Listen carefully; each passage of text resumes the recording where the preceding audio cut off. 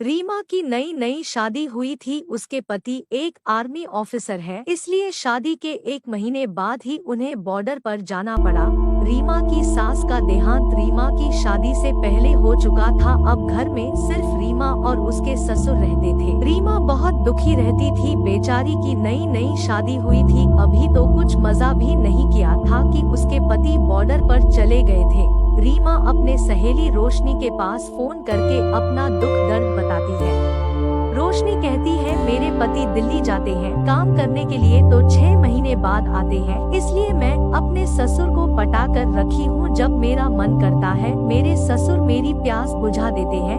तू भी अपने ससुर को पटा ले। रीमा यह बात सुनते ही कहती है कि ससुर के साथ शर्म नहीं आती है तुम्हें? ऐसी बात कहते हुए और फोन काट देती है। लेकिन अब रोशनी की बात रीमा के दिल और दिमाग में बैठ चुकी थी। रीमा मन में सोचने लगी कि क्यों ना अपने ही ससुर को पटाया जाए। रीमा अपने ससुर के पास जब भी जाती थी वह अपना साड़ी का पल्लू नीचे गिरा देती थी और अपने छातियों खूब दिखाती थी। अब आहिस्ता आहिस्ता उसके ससुर की निगाह उसके ऊपर पड़ने लगती है। अब वह भी अपने बहू के बदन को देखने के लिए बेताब रहने लगे। एक दिन रीमा अपने ससुर के पास जाती है और कहती है, ससुर जी दीजिए ना अपना पैर, उसमें तेल मालिश कर दूं। आज तो आप खेत में काम करके आए हैं, पैरों में दर्द हो रहा होगा। ससुर जी कहते हैं, ठीक है लगा दो तेल। रीमा अपने ससुर को तेल लगाते लगाते अपने पल्लू को नीचे गिरा देती है। अब उसके ससुर की नजर वहां से हट ही नहीं रही थी। रीमा जब अपने कोमल हाथों से उनके पैरों में मालिश करती है तो ससुर जी की धड़कनें तेज हो जाती है।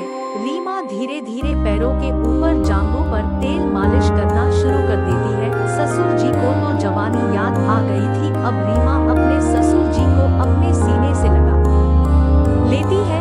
अब ससुर जी भी कामवासना में डूब चुके थे। रीमा अपने ससुर से कहती है कि आप तो इतने ही सेक्सी हो, मैं तो आपसे ही शादी कर लेती। यह कहते हुए रीमा की आवाज पर हाथ चलाना शुरू कर देती है। ससुर जी कहते हैं, क्या मैं तुम्हें इतना पसंद हूँ? ये सुनते ही रीमा ससुर जी के होठों पर चूम लेती है। फिर दोनों रोमांस करने लगते हैं और एक दूसरे में इतना खो जाते हैं कि उन्हें होश नहीं रहता कि हम नग्न अवस्था में लेटे हैं। फिर काफी देर तक ससुर बहू का रोमांस चलता रहता है और ये प्रक्रिया रोज की तरह चालू रहती है। एक दिन रीमा के पति का फोन आता है तो रीमा बहुत खुश दिखाई देती है।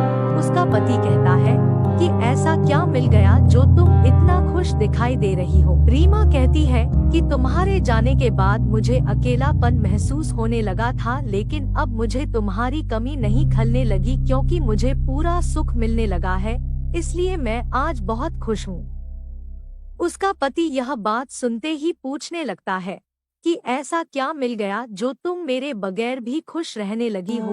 तभी रीमा कहती है कि अब मैं ससुर जी के साथ अच्छा समय बिताने लगी हूँ। उनसे बातचीत करने में समय का पता नहीं चलता और मेरा दिन भी गुजर जाता है और वह मेरा दिल भी खुश कर देते हैं, इसलिए तुम्हारी कमी मुझे महसूस नहीं होती है। रीमा की बात सुनकर उसका पति उस पर शक करने लगता है। फिर वो बिना कुछ कहे फोन को काट देता है और रीमा का पति सोच में पड़ जाता है। फिर एक दिन रीमा और उसके ससुर जब मौज मस्ती कर रहे होते हैं तो अचानक उसका पति ऐसे मौके पर आ जाता है कि वो अपनी पत्नी और पिता को ऐसी हालत में देख लेता है। तभी उसका खून खौल जाता है और वो अपनी पत्नी को हाथ पकड़कर घसीट कर ले जाता है और उसे तुरंत तलाक देने की बात कहने लगता है और अपने पिता को बुरा भला कहता है। फिर उसकी पत्नी कहती है कि तुम तो सालों साल बॉर्डर पर रहते हो, मैं अपनी प्यास किससे बुझाती?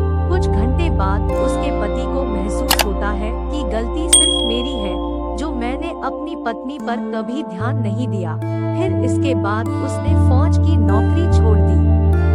आपका इस बारे में क्या कहना है? हमें कमेंट सेक्शन में जरूर बताएं। वीडियो को लाइक कर दीजिए और इसी तरह की कहानियाँ रोजाना देखने के लिए चैनल को सब्सक्राइब करके घंटी के बटन को दबाकर ऑल पर सेट कर लीजिए ताकि आने वाली वीडियो का नोटिफिकेशन आपके पास सबसे पहले पहुँचे। मैं मिलती हूँ आपसे अगली वीडियो में, तब तक के लिए धन्यवाद।